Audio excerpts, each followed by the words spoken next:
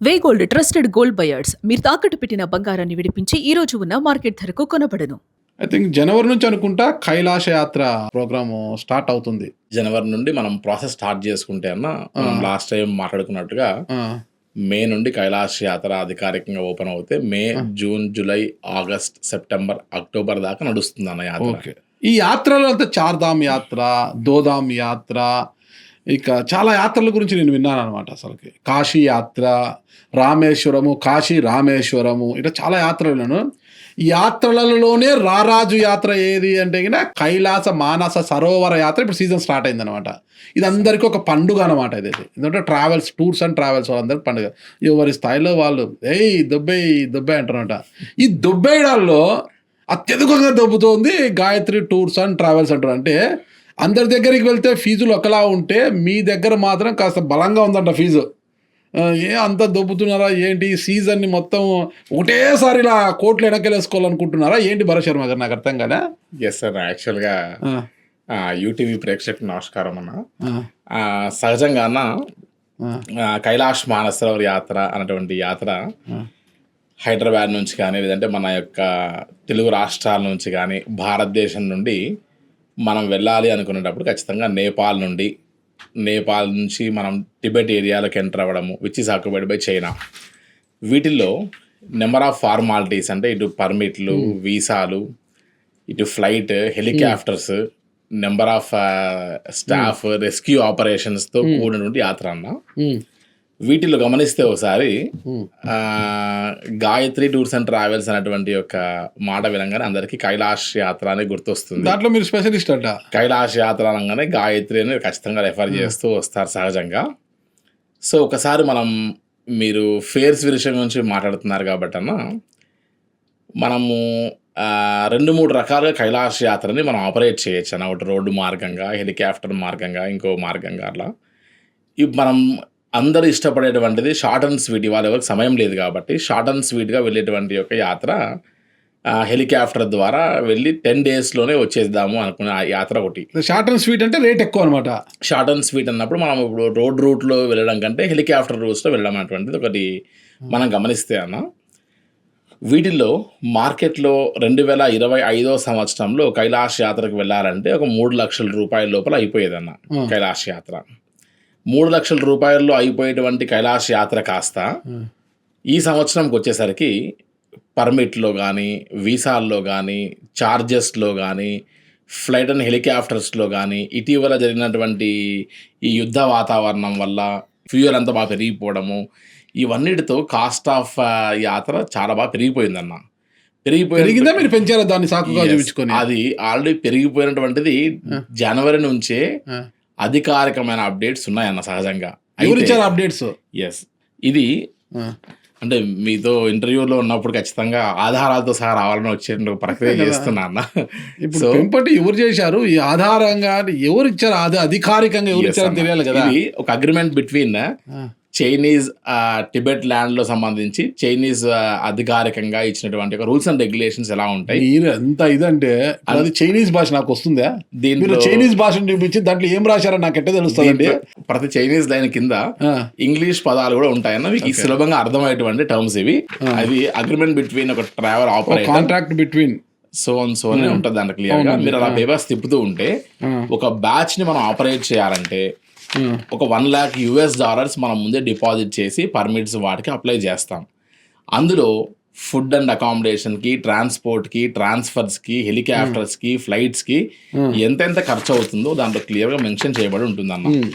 ఒకవేళ permit visa apply చేసేటప్పుడు single letter తప్పు రాసినా కూడా ఖచ్చితంగా ఒక లెటర్కి $10 మనకు ఫైన్ వేస్తారు. ఒక లెటర్కి ఒక అక్షరం చిన్న. ఇప్పుడు నాది భరత్ శర్మ, SH కాస్త SA అని పెట్టినా కూడా ఆ హెచ్ మిస్ చేసి తప్పు రాశానని చెప్పి ఆ హెచ్ యాడ్ చేయాలంటే కూడా మీరు $10 ఖచ్చితంగా పే చేయాలి.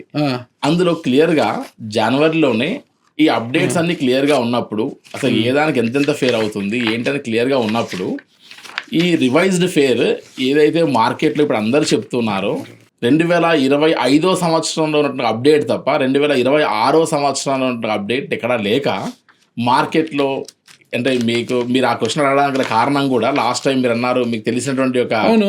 ఫ్రెండ్స్ కూడా మా ఆఫీస్కి వచ్చారు, వచ్చిన తర్వాత వారు కైలాష్ గురించి ఎంక్వైరీ చేశారని చెప్పన్నారు. బహుశా మీకు వారే ఆ రకమైన అప్డేట్ ఇచ్చిండొచ్చేమో అనుకుంటున్నాను నేను. ఐ డోంట్ నో క్లియర్లీ అన్న.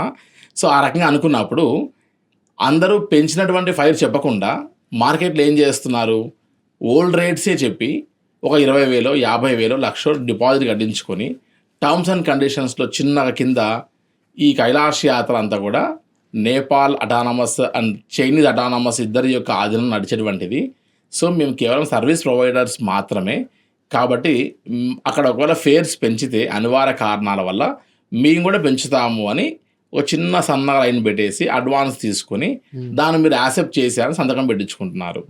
ఈ సిచ్యువేషన్లో ఒకసారి జనవరి నుంచి మొదలు పెడితే ఈ రోజు వరకు బుక్ చేసుకున్నటువంటి ఒక యాత్రికులు బయట ట్రావెల్ కంపెనీస్లో ఏదైతే ఫేర్ ఉందో అది ఒక 2,70,000 80,000 90,000 చెప్తూ బుక్ చేసేటువంటి ఫేర్ ఏదైతే ఉందో అదే ఫేర్తో అప్పుడు ఇచ్చినటువంటి కమిట్మెంట్తో ఈ రోజు ఉన్నటువంటి ఒక పరిస్థితిలో కైలాష్ యాత్ర నిర్వహించగలరా అనేటువంటి ఒక క్వశ్చన్ మార్క్ వేస్తే ఎంతమంది ట్రావెల్ ఆపరేటర్స్ నిర్వహించగలుగుతారో ఒక్కసారి మనం లెక్కేస్తే ఇప్పుడు మారినటువంటి యొక్క కొత్త రూల్స్ అండ్ రెగ్యులేషన్స్ అంటే ఇది ఏప్రిల్ 2వ తారీఖు నాడు అంటే జస్ట్ ఒక 2-3 days బ్యాక్ వచ్చినటువంటి అప్డేట్లో ఎన్ని డాలర్స్ పెంచారు, అసలు కైలాష్ యాత్రకి 2026 సంవత్సరంలో ఎంత రేట్ అవుతుంది అనేటువంటిది అధికారికంగా ఇచ్చినటువంటి ఒక పేపర్ డాక్యుమెంటేషన్ చూడండి. ఇది association of Kailash tour operators Nepal అక్టాన్.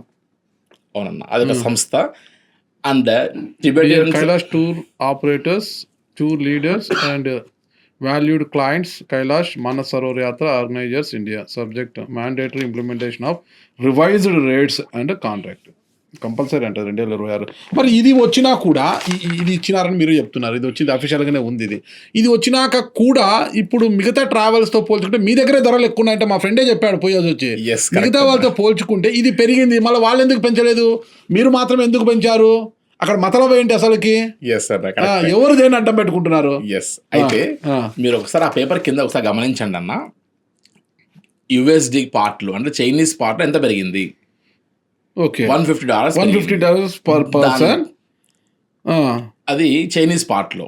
దాని కింద రైట్ సైడ్ కింద చూస్తే 25,000 పార్ట్ పెరిగింది. ఎక్కడ పెరిగింది? నేపాల్ పార్ట్లో. కరెక్ట్. $150 అంటే $100కి 91,000 వేసుకో, 99,100 వేసుకోండి అన్న. $100కి 9,100 అయితే $50కి ఒక 5,000 వేసుకోండి రఫ్ గా రేటు. అంటే అక్కడ ఒక 14,000-15,000. నేపాలీ పాటలో ఒక 25,000 లెక్క వేసుకుంటే మొత్తం $40,000 అయిందన్న. గాయత్రి టూర్స్ అండ్ ట్రావెల్స్ లో కైలాష్ మానసరోవర్ యాత్ర చేయడానికి ఒక మనిషికి హెలికాప్టర్ రూట్ లో వెళ్తే $3,45,000 ఛార్జ్ అవుతుంది. $3,45,000 మనం కట్టేటువంటి ఒక డబ్బే సుమారుగా $3,25,000 వరకు ఉన్నప్పుడు మనకు ఒక యాత్రికు నేనే కాదు ఎవరి ట్రావెల్ ఆపరేటర్ సరే ఖర్చు చేసి తీసుకెళ్ళాలి అని అంటే $3,25,000 పైన పెట్టుకోవాలి. దీంట్లో మళ్ళీ up and down flight tickets vary అవుతున్నాయి. దీంతో గాయత్రి టూర్స్ అండ్ ట్రావెల్స్లో ఎక్కడ కూడా ఒక రోజు పెరిగినా వాతావరణం అనుకూలంగా లేక 2 రోజులు పెరిగినా సరే ఎక్స్ట్రా ఛార్జ్ మరి రోజుకి 5,000 10,000 అని తీసుకునే పరిస్థితి ఉండదు. చైనీస్ పార్ట్లోకి వెళ్ళిన తర్వాత ఒక అక్లమటైజేషన్ పాయింట్ ఉంటుంది అన్న, టక్లాకోట్ అనే పాయింట్లో. ఆ పాయింట్లో వెళ్ళిన తర్వాత మీరు నేను పెద్దవాళ్ళు చిన్నవాళ్ళు ఎవరైనా సరే మన యొక్క బాడీస్ సీ లెవెల్కి హైగా వెళ్ళిన పరిస్థితిలో లేవు కాబట్టి ఇక్కడ ముందే మనము అడ్జస్ట్ అవ్వడానికి అక్కడ ఒక 2 nights ఖచ్చితంగా స్టే చేయాలి.